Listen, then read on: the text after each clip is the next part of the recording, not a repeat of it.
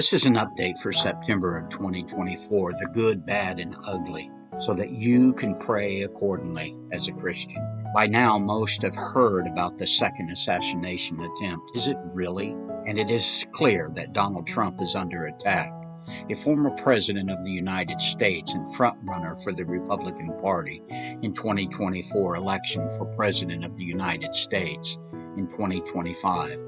So let's shuffle through all the political rhetoric, the deep hatred, and downright lies emanating from almost all sides. So let's look at the facts. Assassination attempts and plots on the President of the United States have been numerous, ranging from the early 19th century to the present day.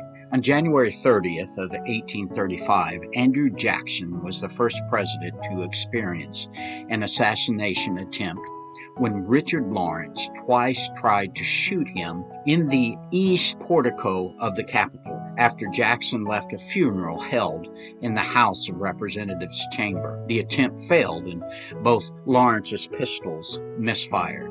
4 sitting presidents have been killed: Abraham Lincoln, 1865 by John Wilkes Booth, James A. Garfield in 1881 by Charles, William McKinley in 1901 by Leon, and John F. Kennedy in 1963 by Lee Harvey Oswald. He is the only U.S. president to have been injured in an assassination attempt while in office and survived. Former President Theodore Roosevelt was injured in an assassination attempt in 1912 by John Shamrock. And former President Donald Trump was injured in an assassination attempt in 2024 by Thomas Matthew Crooks. Gerald Ford experienced 2 attempted assassinations with a woman as an assailant.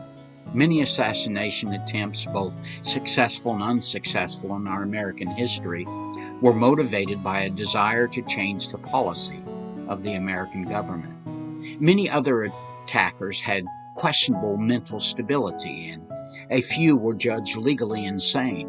Records do show, however, that many assassination attempters have been sane and politically motivated. Some assassins, especially mentally ill ones, acted solely on their own, whereas those pursuing political agendas have more found supporting conspirators. Most assassination plotters were arrested and punished by execution or lengthy detention in prison or insane asylums. But now, political tides have changed. Violence has increased worldwide. But in America, our streets in most large cities are crime-laden, evil is on the rise, and the spirit of anger and deception have overcome the American people, created by American leadership on both sides of the spectrum. But it started with the divisions within the Christian community. Our religious rhetoric, denominational compromise, and division teachings moving away from the very foundation of the first Christian church in the first century. These were prominent teachings that created stability, but now they have been diverted. Now our focus is on popularity, wealth, and control. It all started with the upswing of rhetorical and humorous mockings laced with idle threats without serious intent physically, but spiritually creating devastation in the unseen world of faith. We live in a world today that prophecy is unfolding in the context of Ephesians chapter 6, verse 12. For our struggle is not against flesh and blood, but against the rulers, against the authorities, against the powers of this dark world, and against the spiritual forces of evil in the heavenly realms. And it ends in the context of Isaiah chapter 5. Verses 20 through 21. Woe to those who call evil good and good evil, who put darkness for light and light for darkness, who put bitter for sweet and sweet for bitter. Woe to those who are wise in their own eyes and shrewd in their own sight, leaving us with the warning of Romans chapter 1, verses 18 through 23, God's wrath on unrighteousness. For the wrath of God is revealed from heaven against all ungodliness and unrighteousness of men and women, who by their unrighteousness they suppress the truth. For what can be known about God is plain to them, because God has shown it. For his invisible attributes, namely his eternal power and divine nature, have been clearly perceived ever since the creation of the world in the things that have been made, so they are without excuse. For although they knew God, they did not honor him as God or give thanks to him, but they became futile in their thinking, and their foolish hearts were darkened. Claiming to be wise, they became fools, and exchanged the glory of the immortal God for images resembling mortal man and birds and animals and creeping things. The body of Christ in America and our nation are at a pinnacle point in our history, as the first century church had in the days of Jesus.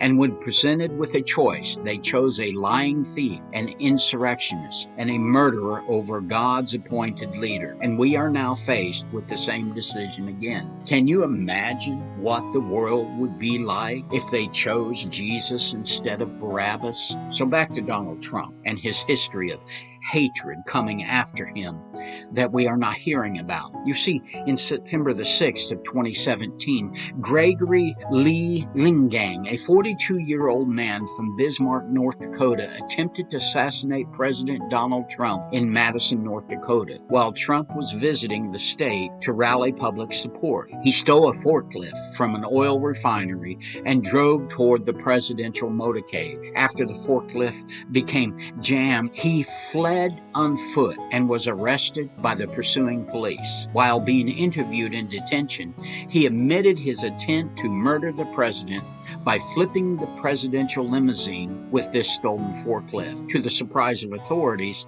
who suspected he was merely stealing the vehicle for personal use. The man pleaded guilty to the attempted attack, stealing the forklift, related to charges and several other unrelated crimes on that same day. Consequently, he was sentenced to 20 years in prison. His defense attorney noted a serious psychiatric crisis. Then, November of 2017, a man affiliated with the Islamic State, whose name was not revealed, was arrested by the Philippine National Police in Rizal Park, Manila, for reportedly planning to assassinate Trump during the diplomatic ASEAN summit.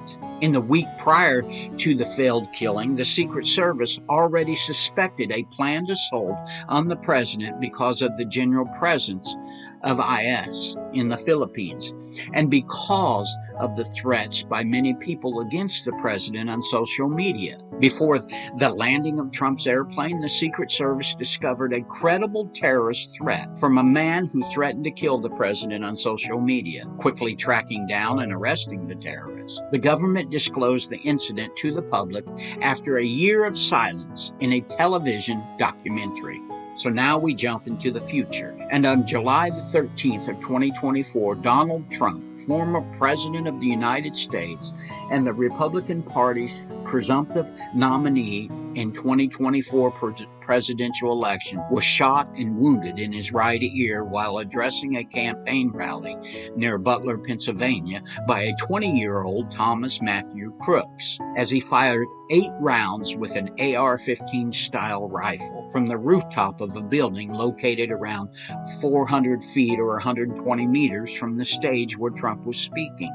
Crooks also killed audience member Corey Pompatori and critically injuring 2 other audience members. Crooks was shot and killed by the U.S. Secret Service counter sniper team, but not before getting off 8 rounds. The whys and how are still a mystery, and yet media outlets are silent as a whole, something of a repeat of Trump's earlier years. Then on September the 15th of 2024, Ryan Wesley Routh was spotted by Secret Service agents holding an SKS-style rifle on a private golf course belonging to Trump in West Palm Beach, Florida, was allegedly pointing his weapon through the fence line of the golf course. approximately 300 to 500 yards away from Trump, but he did not shoot. He fled the scene after being shot by Secret Service agents before being arrested. Officials charged this 58-year-old man with possession of a firearm by a convicted felon and possession of a firearm with an obliterated serial number. The charges are preliminary, and the case will require a grand jury indictment before it can proceed.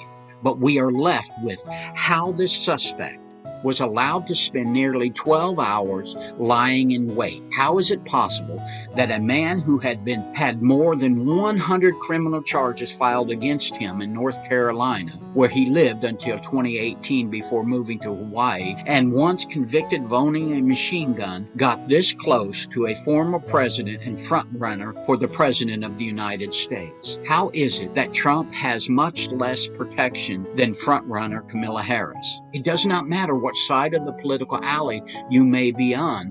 Common sense makes clear something is very, very wrong, and equal protection policies and procedures of the Secret Service should be the same, especially knowing that the threats are very real. And yet, we have no public outcry, no real media coverage, no real outcry from our government leaders, making me wonder, are we seeing something very evil in our government system today? Will we as Christians see coming attacks on us in America without protection, as is occurring in other countries around the world?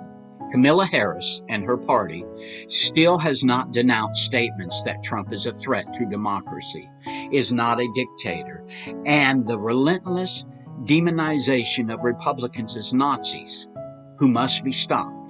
Since the majority of Republicans are confessed Christians, is this not an attack on Christianity? This same relentless demonization over the last 8 years has compared Trump and his supporters to Nazis and Hitler, fascists, and racists.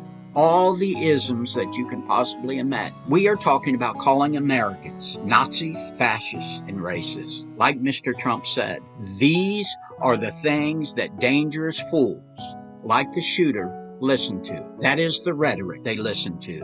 And it is the same as it is with the first. And I must agree in this case with Mr. Trump, but it must stop on both sides.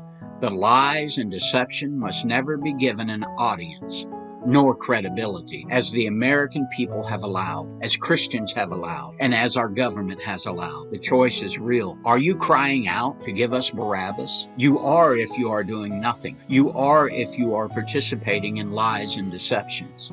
You are if you are not standing upon your new covenant teachings as a Christian. Pray for our leaders, church. Pray for our eyes to be open. Pray, church, and pray like you mean it, for your very life as you know it depends on how earnest you seek God in this season of evil.